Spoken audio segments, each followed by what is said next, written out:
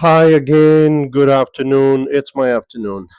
Today I will talk about the challenges, higher education, academia, the university in the U.S. and colleges, all of them together are facing.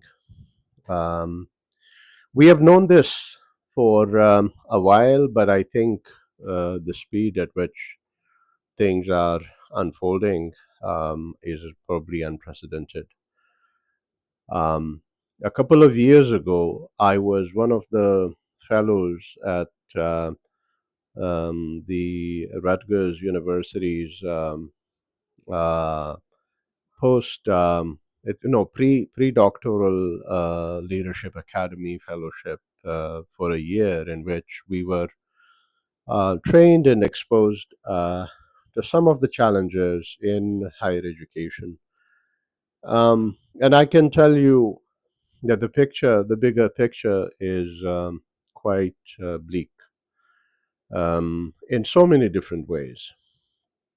I mean, I'm sure you, along with me and many others, have been seeing, um, this the spread, at least in the United States, of anti expertise, anti specializations, anti intellectual sentiment in population um, that is epitomized by the president of the United States, Donald Trump, in his movement. Right, there is this anti-intellectual, anti-expertise, anti um, you know edu- a sentiment that really at this point, I mean, even hates people who are educated, people who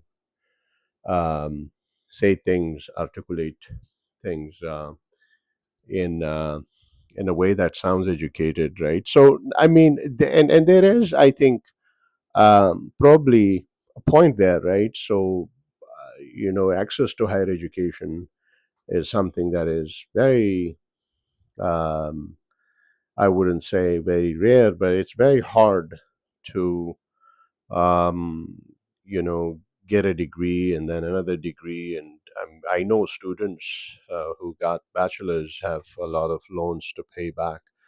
So it's not easy. And so I'm not saying this anti intellectual sentiment or this anti expertise sort of tendency or feeling in society is because of that. But one could see it, um, as some sort of a reaction over the course of many years, where those who feel left out, including in the Trump's movement, and people have written about it uh, with stronger articulation and uh, deeper theoretical insight. And I'm not claiming to sort of spill the beans or to make uh, you know uh, an argument that has never been presented. But I'm merely highlighting the different dimensions of this challenge, of this crisis that we are seeing. So one is this social. It has a social and political base, and you know um, the educated, the professional class, the technocratic class, the ones with expertise, the professors and the doctors and so on, are being seen with suspicion, and not just suspicion, but they are not uh, extended the kind of respect that usually was the case in a lot of places, right? So that is one. The other is I think the technological shifts and changes, which are unfolding at an unprecedented pace, and it is just making life so uncertain and so unpredictable for people in so many different um, fields and professions. but particularly I would say in academia. I mean, I um, through the academy, pre doctoral academy, one of the things that really came up was whether PhD programs are sustainable anymore. Now, on the one hand, PhD programs have been uh, part of the higher education, um, design and curricula and programs because it gives an incredible amount of support. I mean, if you're lucky to get the funding, full funding, and so on, to scholars who work on issues and spend time, and that you could only do um, in two ways. Either you happen to be an aristocrat with a lot of money, which I think a lot of philosophers uh, in the West, and also I'm sure in the East and in many places, who could afford to just sit and write and so on, uh, you know, or you get funding and money from these institutions, and you contribute to knowledge production. But that seems to be unsustainable, because I mean, as much as universities and particularly professors who need other young men and women and humans with passion and curiosity for knowledge production and so on. It's almost um, a kind of a prestige, a matter of prestige for professors who teach at universities to have young scholars, right? I mean, to sort of continue the work, but also um, to have their jobs, right, as professors. I mean, and I feel this at in my own experience. I mean, teaching undergraduate students is different from teaching graduate students. um, Teaching graduate students, you the convers you get to have more rich conversations, and um, at least at it could be different at some universities where you could have undergraduate students who are very talented and very aware and curious and so on, but in my experience at Rutgers and other community colleges, it's usually, I mean, kids are curious and they, of course, it's a journey for them as well, just like it was for me and I'm sure for you. With time, you develop the concern and besides curiosity, right, for ideas, and so then that the concern and curiosity sort of like combine, and you and that expression is different from just being curious. Now, I don't know if that makes sense, but what I mean is that, I mean, with age, you sort of understand what is at stake and so on.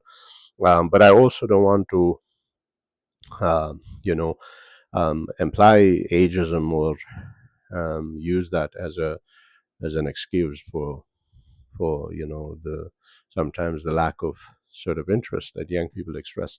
But again, yeah, you could see that young people are also expressing a lot of difficult um, ideas in a lot of difficult moments about the environment and fashion and so on. So there is that. But to come back to higher education, sorry for the digression. Higher education is facing multiple crises. There is a political challenge from, let's say, in the West, in the United States, from the right and MAGA. I mean, now I'm not saying these people don't want universities or higher education, but the way they want it is very different, and their leadership, political leadership, is challenging a lot of established facts about a lot of things, including race and uh, politics and um, I mean, facts in politics could be a lot more contentious than other areas, but health and science and so on, right? The rejection of science, the rejection of rational and creative thinking, the rejection of analytical, um, you know, uh, power and for justice, for equal and fair society, and so on. So that is one. The other is also, as I said, technology is, you know, rapidly changing the landscape in higher education. I mean, programs in the social sciences and humanities have been, in my experience, not only underfunded, but now they are being uh, they are freezing admissions to PhD programs. They're also shutting down programs, and I read in the news every other day there is some sort of a um, either a shutdown or a reduction or a freeze in admissions and so on. Now that is unprecedented. I mean, you wouldn't hear about these kinds of things probably 10 years ago, but now that is very much commonplace. Um, and now and also hiring is one of the issues. Especially, I'm talking about PhD programs. I, like many others, have been applying for jobs for at this point for over a year or 2 years, close to 2 years, and yeah, I've gotten things here and there, but it is incredibly difficult, and um, it's not. At least in the United States, I'm willing to move to other places as well. Hopefully, in the coming months, and so. But the reason I'm also talking about this is because I know a lot of students from Pakistan, especially Pashtun students, Baloch students, and others, um, Punjabis, and anybody from the country are interested in coming to the West, to the United States, to get higher education. Now, I don't really know what is happening with Fulbright, if it's still there or not, uh, but generally, I feel like, not to discourage you, but it seems like things are not what they used to be. Things are incredibly challenging, and it's a very difficult moment. So if you're not, getting success, or if you're not being successful in these applications, I would say it's not your fault. It's not your problem. It's something that so many people are facing. So many people are facing. Yes, and but I would say that with AI and ChatGPT and so on, now I am uh,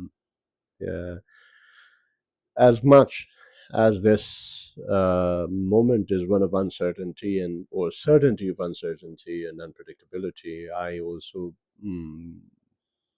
probably this is something that has helped me mm, go on the journey.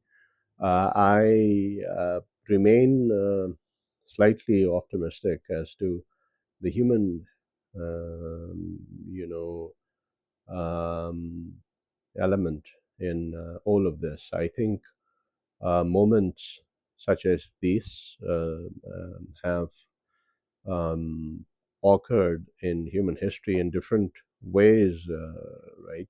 Um, but humans have always, I think, somehow um, come back and prevail over these moments of uncertainty. So I really hope and wish that this is one of those moments. And we might witness drastic and incredible changes while we wrestle with this uncertainty and I don't know. Some have even suggested to actually eliminate or like restructure PhD programs because you're producing many students, qualified PhDs, but there are no jobs. Old people, at least in the US, are not.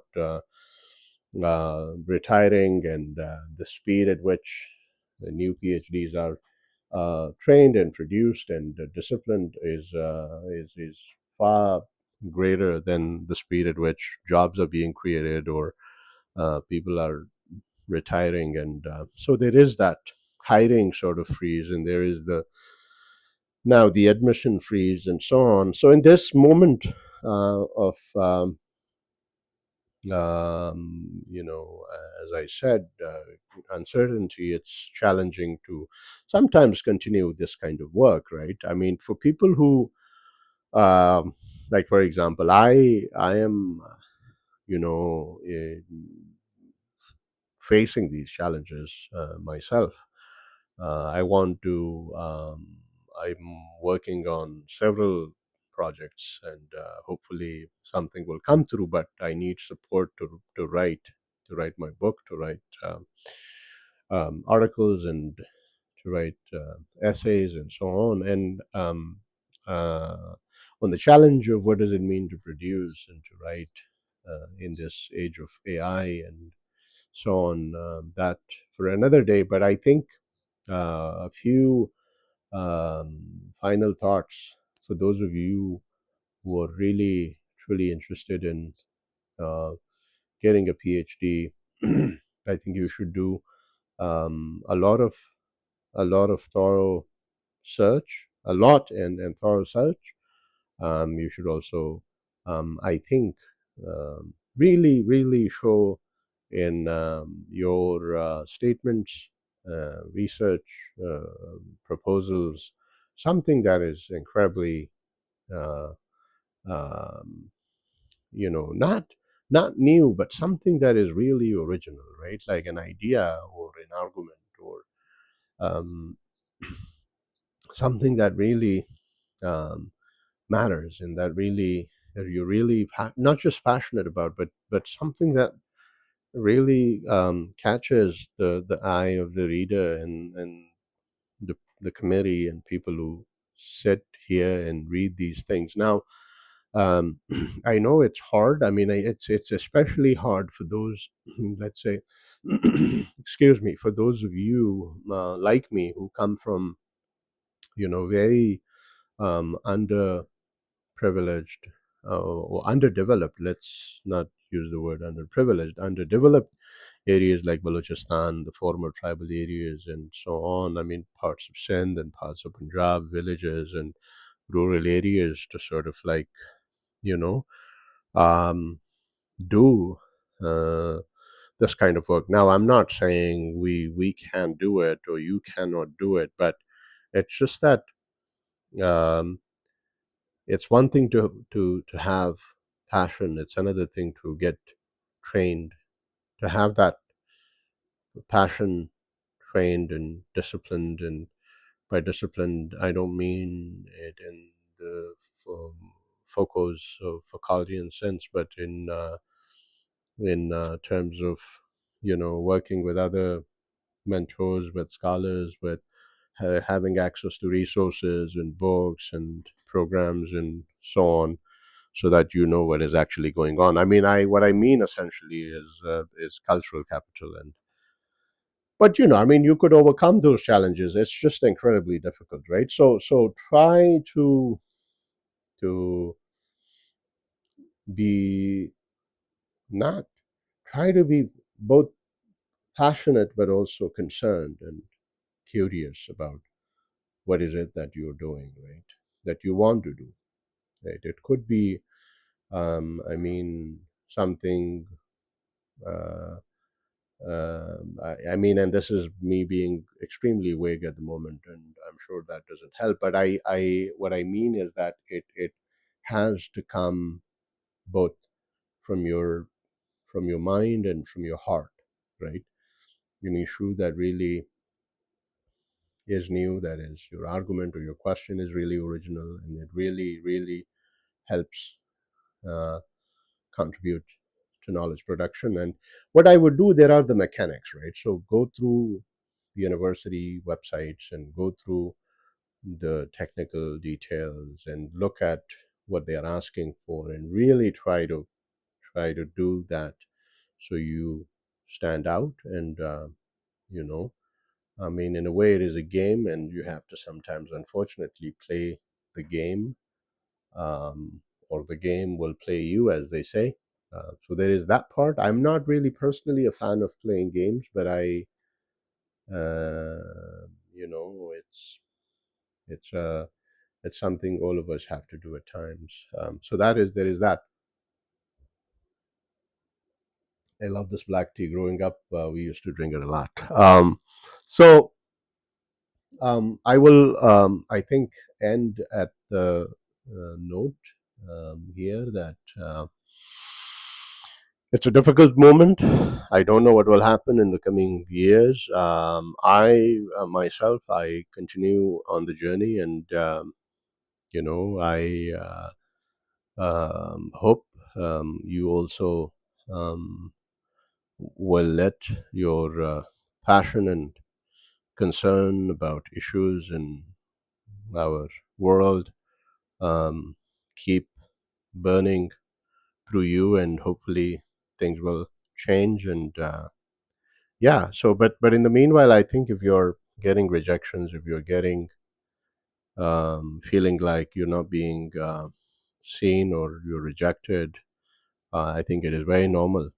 And I think those of us, and this, I don't want to say this in a very selfish way, but if you stay in the game, if you stay the course, something will come up for you, despite these difficulties. Because I think in the end, I do think, I mean, higher education probably will change, maybe will be restructured drastically and differently, but I think the need for it will continue to resonate with people, and I don't think it will go away anywhere completely, but there will be difficult and big changes.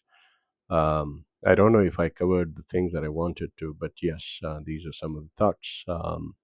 And I touched on a bunch of things. I don't know if my thoughts were coherent, but yeah, but I just to give you this sense of the field, or feeling of the field, or sense of the field, whatever makes sense to you. I'll talk to you again in another video. I hope you have a wonderful Sunday, and bye.